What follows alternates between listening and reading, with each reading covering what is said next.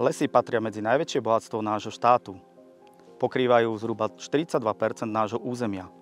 Zároveň plnia nepostrádateľné funkcie potrebné pre človeka, zvlášť v období, keď prežívame klimatickú zmenu. Ale položme si otázku, v akom stave sú naše lesy? Ihličnaté lesy sú zničené vplyvom premnoženého podkôrneho hmyzu a listnaté lesy vplyvom premnoženej raticovej zveri.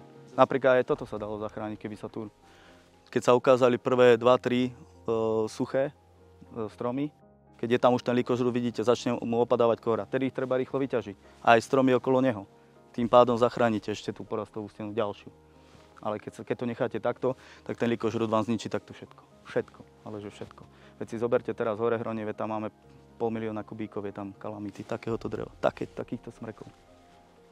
A čo to spôsobilo? Muránsku planinu sme vyhlásili ako bez zásah a už to ide. Ochranári, akože kvázi ochranári.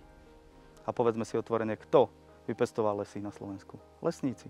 Tuto napríklad, kde sme teraz, alebo okolo Štiavnice, to bolo holé. Vplyvom banskej činnosti tam nebol les žiadny. A lesníci to vysadili, teraz tu máme krásne lesy a teraz sa tu ideme hrať na bez zásahy. Necháme to tak a tak toto skončí. A hlavne teraz, veď si zoberte, prečo máme výkyvy počasia, klimatickú zmenu? No preto to. Prečo sú búrky extrémne? Prečo máme 2 týždne 40 máme 40-ky horúčaví? Hej, že ani kvapka nespadne a potom prídu naraz prívalové dažde. Veď je to kvôli tomuto. Čo je príčinou? V ihličnatých lesoch je to vyhlasovanie nezmyselných bez zásahov.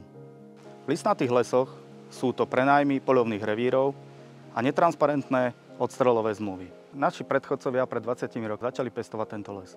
Stalo ich to nemalé náklady. Žiaľ, po 20 rokoch tento les sa úplne rozpadáva.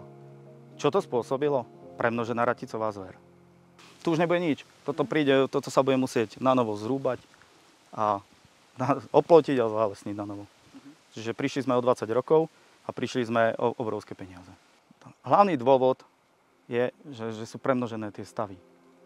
Asi tu zlyhal manažment poľovníctva. V danom poľovnom revíri by sa malo nachádzať okolo 80 kusov raticovej zvery. Prevažne jelenej. V súčasnosti nie je problém tu v zimnom období vidieť 300-400 kusové čriedy vysokej zvery. K tomu ešte prichádza do úvahy dančia zver, ktorá je tiež premnožená v danej lokalite. A toto už nemá šancu daný les uniesť. Čo môžu robiť lesníci? Nič. Nakoľko nemajú vplyv na poľovníctvo v danom regióne, môžu sa len prizerať a robiť ochranné opatrenia. Žiaľ, veľakrát tie ochranné opatrenia nie sú účinné. Jediné účinné opatrenie sú oplôtky.